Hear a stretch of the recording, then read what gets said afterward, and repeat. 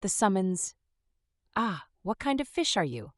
the man asked in a language that was a mixture of ancient Greek and Phoenician. The man was looking down at a basket. The basket was lined with fleece and held a naked baby girl. The sun had just come up. They were on the beach on the southern shore of Kythira. Waves kissed the sand with a sigh. Although Kay saw the scene from above, she knew that she was the baby girl. She had dreamed this dream many times before. This was her birth story. The man had long, dark hair and a beard. He was dressed only in a woolen loincloth. He carried a fish net and a goat skin of water. He kneeled by the basket. She smiled, cooed, and kicked her feet as babies do.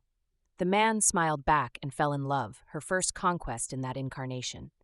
The man picked up the basket and walked to the hut 1,000 strides away. "My love," he called as he crossed the hut's threshold. "Look what I have found." His wife looked into the basket. "She is beautiful, like a goddess." She was lying on the beach, just like this. No one was around, not a soul. Who would abandon a sweet child such as this? "It is a gift from the gods," he said. "They knew you were barren and heard your prayers." "You think?" He nodded. "She doesn't have a belly button," the woman said. "This means she is a goddess, for sure," the man said. It was common knowledge that deities didn't have belly buttons because they weren't conceived, gestated, or born the normal way. As they doted on the baby, she got fussy. "Goddess or no, this baby needs milk," the woman said. "We have to get a goat." "How will I get a goat?" "Catch many fish and trade," she said. The man was dubious. "That would be a lot of fish." "Yes," the woman said. "You'd better get started." The man thought for a second. How do babies normally get fed? For him, it was a rhetorical question.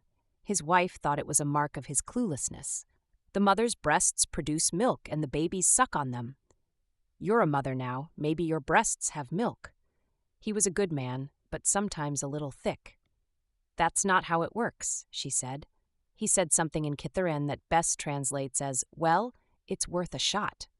The woman rolled her eyes and exposed her chest. She held the baby to her left breast to prove her husband wrong. The baby latched on and suckled. To the woman's surprise, she felt a tingling in the breast and milk flow into the baby's mouth. The woman looked at the man in amazement. "Yes?" he asked. The woman nodded. The man laughed and danced with joy.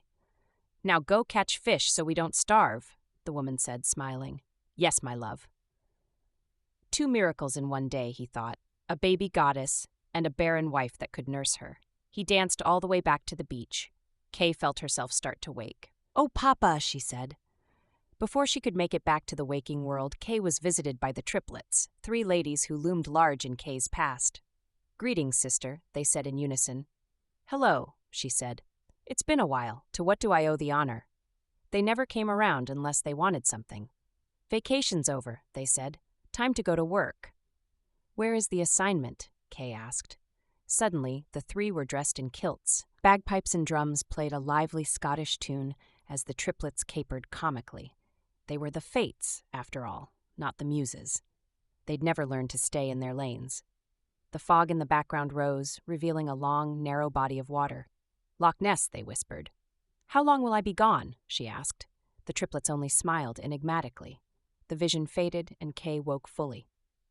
She packed quietly so as not to disturb the young man sleeping in her bed. She ordered an Uber and made her plane reservations from the balcony, then watched the sun come up over the beach. It reminded her of her childhood. Maui was the closest a person could get to paradise without dying. She would miss it. She hoped the assignment wouldn't last too long. With luck, there would be some fun and excitement involved, but she never knew in advance. That was up to the Triplets. She went to the bed and woke the young man with a kiss. "It's early," he said. "Come back to bed." "I can't. I've been summoned." "You have to go to court? This early in the day? This is for work. I'll be away for a while." He laughed.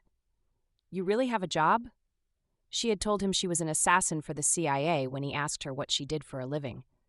That little joke was her way of saying none of your business, sweetie. Telling him the truth would be awkward and even harder to believe. The truth was this. She wasn't sure what the truth was. She had dreams and visions, beliefs, suspicions, and hazy memories, but no physical proof that she was who she thought herself to be. It was possible that she was insane. When will you be back? The young man asked. Soon, I hope. Look after the condo while I'm gone.